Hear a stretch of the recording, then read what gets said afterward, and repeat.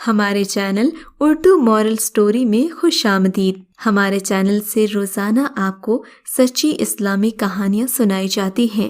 ان کہانیوں میں کوئی نہ کوئی ایسا سبق چھپا ہوتا ہے جو آپ کی زندگی سنوار سکتا ہے۔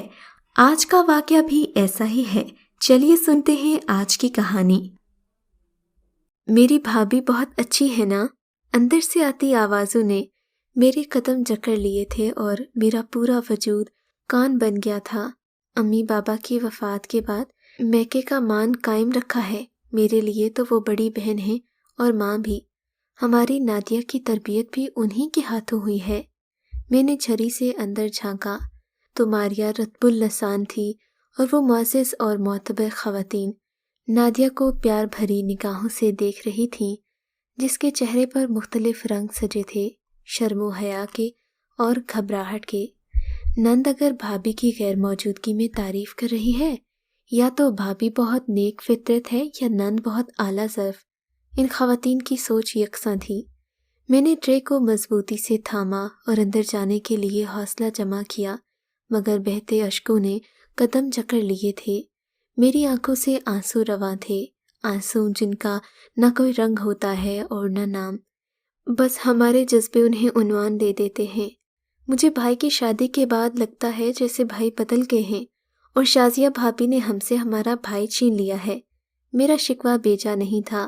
بھائی آفس سے آ کر اوپر والے پورشن میں جاتے اور کھانے کے ٹائم ہی نیچے آتے، جبکہ کچن الگ ہونے کا خطرہ ہے۔ بھابھی کو ہر کھانے میں کولیسٹرول نظر آ جاتا ہے۔ ابا میاں کی وفات کے بعد ہمارا صاحبہ بھائی تھے۔ بھائی کی نوکری لگتے ہی امی بہو لے آئیں کہ گھر میں رونق ہوگی، مگر اب بھائی سے بھی گپ شپ، شاپنگ، پکنک سب کچھ ختم ہوتا جا رہا تھا۔ بھائی پر اب ذمہ داریاں ہیں، اسی لیے تمہیں ایسا لگ رہا ہے۔ ہادیہ ہر چیز کا تجزیہ حقیقت پسندی سے کیا کرتی تھی اور کچھ وسیع القلب بھی تھی، خصوصاً میرے معاملے میں، سو ہر رشتے کو مارجن دے دیتی، مگر امی کی خاموشی اور اداسی میری ہم خیال تھی۔ اس دن بھی ایسا ہی ہوا۔ رابعہ کی منگنی میں اس کی سبھی سہیلیاں مدعو تھیں۔ مجھے بھائی کے ساتھ جانا تھا۔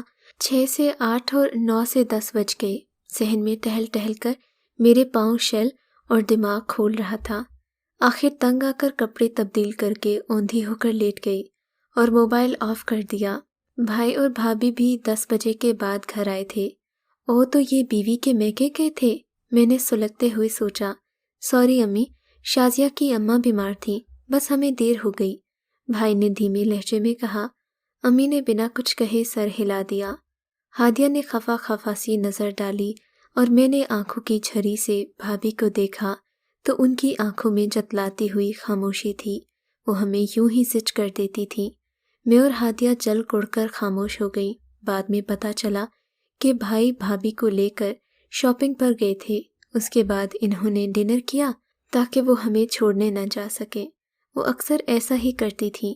اب تمہیں یقین آیا نا؟ میں نے کہا اور ہادیہ خاموش رہی۔ تعلیم مکمل کرنے کے بعد امی کو ہماری شادی کی فکر تھی۔ ظاہر ہے قدرتی بات تھی۔ بھائی لاپرواہی سے سر ہلاتے اور میں دیکھ لوں گا سب کہتے۔ بھابھی کو اس موضوع سے بیزاری تھی۔ امی خود ہی ملنے جلنے والوں کو کہتی، مگر معلوم نہیں کیا تھا، پسند کرنے کے باوجود بھی وہ دوبارہ نہیں آتے۔ شاید ہم بے خبر رہتے اور قیاس کے گھوڑے دوڑاتے اگر رشتے والی آنٹی نہ بتاتی کہ شازیہ بھابھی 2 بہت اچھے رشتے اپنی بہنوں کی طرف بھگا کر لے گئی ہیں اور ہمیں خبر تک نہ ہوئی۔ آج کل ان کی رشتے کی تیاریاں عروج پر تھیں۔ امی تو یہ سن کر ہکا بکا رہ گئی تھیں، جبکہ میں اور ہادیہ بھی حیران تھیں۔ امی نے بھائی سے بات کی تھی، مگر بھائی نے کوئی جواب نہیں دیا تھا۔ ان کے بقول یہ عورتوں کے معاملات تھے، ان سے ان کا کوئی لینا دینا نہیں تھا۔ اب تو ہماری مایوسی بڑھتی جا رہی تھی، کیونکہ کوئی بھی رشتہ آتا تو بھابھی اپنی بہنوں کی طرف لے جاتی تھی، مگر خدا خدا کر کے امی کی دعاؤں اور کوششوں سے ہادیہ کا رشتہ طے ہو گیا۔ وہ بھائی اور امی کی دعاؤں کے سائے تلے رخصت ہو کر دوسرے شہر آ گئی۔ منور علی یقیناً کسی دعا کا ثمر تھے۔ وہ دعائیں جو امی نے راتوں کو جاگ جاگ کر میرے لیے کی تھیں، صورت اور سیرت میں یکتا تھے۔ امی نے مجھ سے کہا تھا کہ میں نے تمہارے لیے ہیرا صفت لڑکی منتخب کی ہے، میں خفا ہو گیا، مگر مشرقی لڑکوں کی طرح امی کی رضا پر سر جھکایا اور تم جیسا سنا تھا اس سے بڑھ کر ہو۔ منور کی تعریف پر میں شرما جاتی اور کبھی مغرور ہو جاتی۔ رابعہ خالہ کبھی روایتی ساس نہیں بنی تھیں، انہی کے توسط سے ہادیہ کی شادی اچھی جگہ ہوئی اور امی جیسے ہم دونوں بہنوں کو اپنے گھر کی ہونے کی منتظر تھیں، سو ایک رات خاموشی سے دنیا سے چلی گئیں۔ اب بھائی سے رابطہ نہ ہونے کے برابر تھا۔ عید پر ایک کال، بس یہی ہمارا میکا تھا۔ گھر میں منور تھے، ساس سسر اور ماریا میری چھوٹی نند۔ جیٹھ اپنی بیوی اور بیٹیوں کے ساتھ الگ رہائش پذیر تھے۔ سب کچھ ندی کی مانند رواں تھا۔ ماریا لاڈلی اور نخریلی نند تھی جسے اکلوتے ہونے کا شرف بھی حاصل تھا۔ میں نے اسے بھائیوں سے لاڈ اٹھواتے دیکھا تو میں عجیب و غریب احساسات کا شکار ہو جاتی۔ جسے نام دینے سے قاصر تھی، اس کی فرمائشوں کو پورا کرنا بھائیوں کے لیے حکم کا درجہ رکھتا تھا۔ اس کی پسند کے کھانے پکتے، بھائیوں سے بچوں کی طرح فرمائشیں کرتی، بھابھیوں سے بے نیازانہ انداز جیسے ہماری کوئی پرواہ نہ ہو۔ بس ماں باپ، بھائی اور سہیلیاں، اس کی کل کائنات یہی تھی۔ جبکہ نادیہ میری پہلی اولاد، سب اس کی پیدائش پر خوش تھے۔ ماریا کے بعد رحمت نے دستک دی تھی۔ نادیہ، میں اسے نادیہ کہوں گی، یاد ہے بھائی میری ٹیچر کا نام تھا؟ اس نے میری بیٹی کا نام رکھا تھا۔ جو تمہاری خوشی گڑیا، منور نے ہنستے ہوئے اس کا مان بڑھایا اور میری آنکھوں میں مرچیں بھر گئیں۔ شازیہ بھابھی نے بچوں کو ہمارے ساتھ کبھی گھلنے ملنے نہیں دیا تھا، چائے کہ یوں حق جتلانا، جبکہ ارسلان کی پیدائش پر بھی اسی نے نام رکھا۔ حالانکہ مجھے ادریس نام پسند تھا، منور اچھے تھے، ساس سسر بھی، مگر ماریا اس کے آگے کبھی میری جگہ بن نہیں پائے۔ شاید وہ بیٹی تھی اور میں بہو تھی۔ خالو اور رابعہ خالہ کا ارادہ حج کی ادائیگی کا تھا۔ ان کے جانے کے بعد تو جیسے گھر کی فضا میں اداسی گھلی ہوئی تھی۔